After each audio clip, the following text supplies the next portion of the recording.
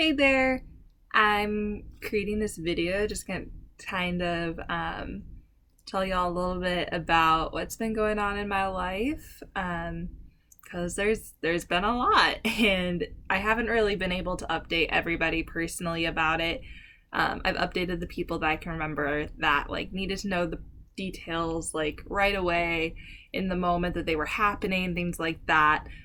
So for those of you who I know like care for me and love for me, want to hear more about my life and stuff, and I just haven't like personally reached out. I'm really sorry, and I'm really sorry that you're learning about my life through social media. But I am making this video just to kind of keep everybody in the loop of what's going on, and then also to kind of showcase my journey in a sense, so that way I can look back on it and be like, wow, like this is my life, and it's so crazy how things work. So, yeah. A lot of you guys know I was diagnosed with something called Chiari Malformation. Basically, how this all came about. So it was like the summer of 2018 I was diagnosed. I was working as a children's ministry director. I was working at Menards as like their cashier. I was leading a Bible study for some college students on my campus over that summer. And then I was also house sitting for a couple who were missionaries over in a different country at the time. So summer of 2018, kind of busy. I was preparing for grad school too. I wasn't really sure like what to expect from grad school. I had just gotten my undergrad degree. So was doing all those things and then also preparing to go into the fall, into new adventures, new territory there. And then there was a morning in May, I think it was like mid to end May, where I woke up and the house I was house sitting at, they have like a downstairs bedroom and an upstairs guest room. And so I was staying in that upstairs guest room, and I had a roommate who was staying in the downstairs room. But so I woke up that morning and I got out of bed and I got to the top of the staircase, and then I blacked out. And when I blacked out, I fell down the stairs, and then I woke up at the bottom of the stairs. I didn't know like how long I had blacked out for. It wasn't like a complete blackout. It was pretty much like things went black. And then I could start to see things again as I was going down the staircase, almost like if you had gotten up too fast or something. So yeah, I was at the bottom of the staircase and I felt a lot of pain in like the back of my head and my shoulder. And so shortly after that, I video chatted some friends for advice, like, hey, like, do I go to the urgent care? Do I not? What's up here? They said, go ahead and go to urgent care later. Like, if it's still bothering you after some time, just like take some ibuprofen, you'll be good. So I did. I took some ibuprofen, and then I went to Menards later that night and was working and was like, no, like I'm in too much pain. So I left work early and went to the hospital. When I got to the hospital, they were asking me all sorts of questions just to kind of see if I had lost consciousness, if there was a risk for a concussion, things like that. And based on their exam at the ER, they didn't see any signs of a concussion or anything, so they didn't do a head CT. They only did a CT of my shoulder because they saw that there was some pretty intense muscle strain there. So after that, I was on some different muscle relaxers, painkillers, and they had me in an arm sling for a week. That was interesting, trying to operate a cash register with my left hand because I'm right-handed. And so yeah, they asked tons of questions like that, but no head CT was ever done on my brain. Basically, at that point, for the next 3 weeks or so, if I wasn't working either at the church or at Menards, I was sleeping in bed. So then the time to come after that, basically my roommate and I started to notice that I was acting differently, and it was beyond just me sleeping all day. It was like I would unlock the door and then go in, sit down, get adjusted, and then the next day start freaking out because I lost my keys, and then realized that those keys were actually in my door overnight. And it was harder for me to follow conversations, and it was harder for me to like comprehend things that were going on around me. I started getting this like ringing in my ears. And so I went to the doctor and was like, hey, what's going on here? They didn't do a CT at the ER. I think there's something going on with my brain. And so they did an MRI to rule out a concussion. And just because they waited so long to do it, they couldn't necessarily rule out a concussion, although my doctor seems to think that there's a strong suggestion that I had at least a mild concussion.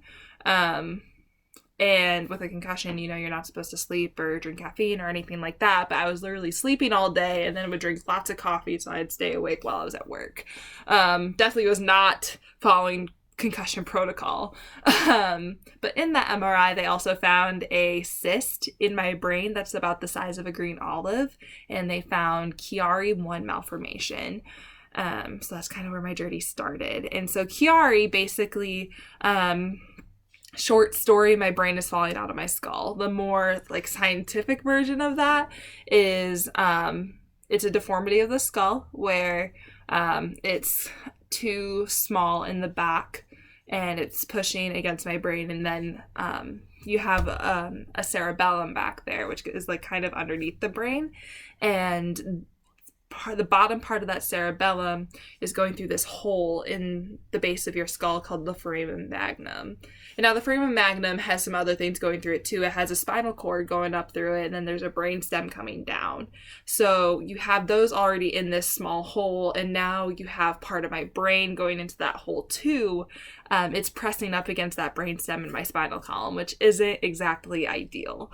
In very severe cases of Chiari, it can cause strokes and paralysis and a lot of scary things. And so I was 19 at the time, getting this diagnosis of Chiari malformation of, oh my goodness, like, what do I do? This is kind of terrifying.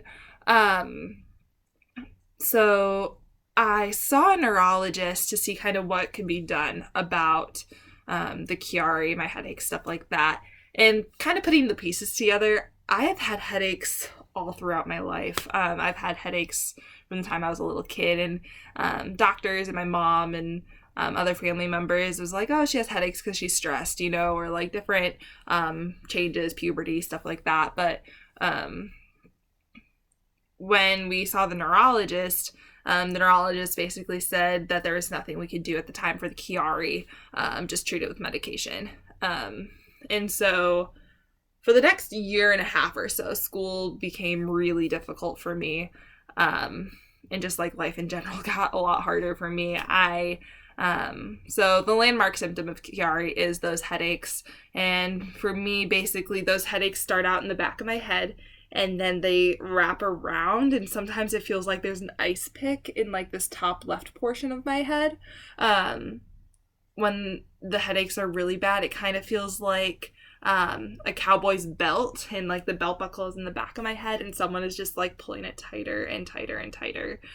So those got really bad. Over the past 6 months, I started to or over the last year and a half, but specifically the past 6 months, following conversations got a lot harder. School is a lot harder. Remembering things is a lot harder. The left side of my body would get really weak. I'd start to feel tingling in my hands and my toes. I'm cold all the time. Balance kind of got harder. The ringing in my ears got a little bit louder. So I decided to take a semester off of school to kind of figure out what's going on with my symptoms and how to manage those a bit better. So after that, I went to a neurosurgeon down in Detroit. She's a specialist in this condition in Chiari, and after talking with her and after her running her tests, she looked at me and basically said that surgery was my option at this point.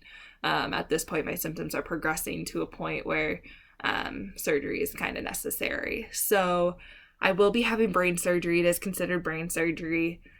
What that looks like is the surgeon will take out a portion of my skull to make room for that cerebellum back there. And then while she's in there, she's going to go ahead and take care of that cyst too. But yeah, brain surgery is in my future, April 13th. The recovery time for that is about 3 to 12 weeks. overall, I'm not super nervous about the surgery itself. My surgeon, like I said, is a specialist in this condition. She's one of few specialists in the country in this condition, and I'm so thankful that she's in the state of Michigan, that my insurance is able to cover her, and that like I said, I've interacted with her, and she seems really nice and very knowledgeable about what she's doing. So that puts a lot of confidence in me and my family. Another thing too is she operated on a friend of mine who had a massive cyst in her brain, and that friend is doing really, really well too. So just knowing people who've had her as a surgeon, meeting her one-on-one, knowing that she's a specialist in my condition. I'm a part of some support groups on Facebook where they've talked about this particular surgeon as well, and I just have a lot of confidence in her. So the actual surgery portion, I'm not super concerned with. It's more so the recovery process of surgery. I, as some of you know, am very stubborn, strong-willed, independent, like to kind of do things my own way, like to just get up and go. And a lot of my recovery is going to be being able to kind of learn how to walk again, in a sense, because they're taking off pressure on my brain, and so that's going to affect the way that my body moves a bit. So getting sort of reintroduced to my body and the way it moves, and having to rely on my family a lot for help. A lot of it's going to be laying in a bed for a while. The first day after surgery, I'll be in the ICU, and then the following 2 or 3 days, I'll be on a main floor until I'm discharged. I'm nervous too because I haven't lived at home since I moved into my apartment 2 or 3 years ago, and so this will be my first time living at home since I've really gotten out of the dorms.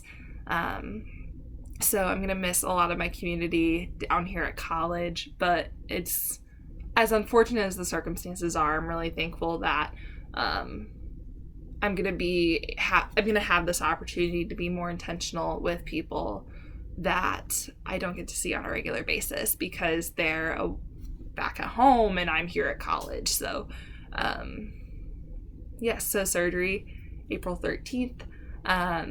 Basically the point of this, I'm going to be posting more videos and stuff to kind of bring light to Chiari. It's not something that a lot of people talk about, and that's because there's not a lot of research done in it.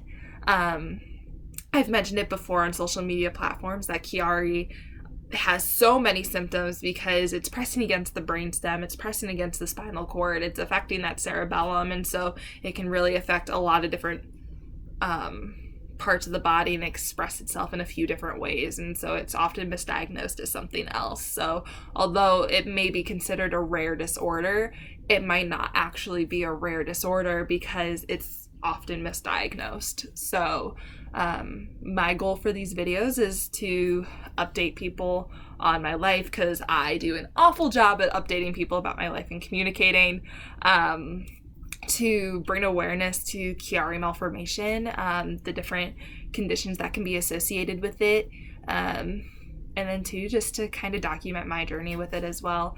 Chiari looks different for everyone who has it, and so there are some people who can have it and not know it because they don't show symptoms, and then there's people like me who do have symptoms. It interferes with their quality of life and have to get surgery for it. So feel free to reach out to me if y'all have any questions about it. Specific prayer requests from me, like I said before, just patience and peace about the surgery, about recovery for my family, that I would be able to rely on people. Those are the main ones right now, but any prayers that you want to send my way or up to the Lord for me, I'm all here for that. So if you have questions, reach out, but be looking for future videos to kind of showcase my journey a bit more.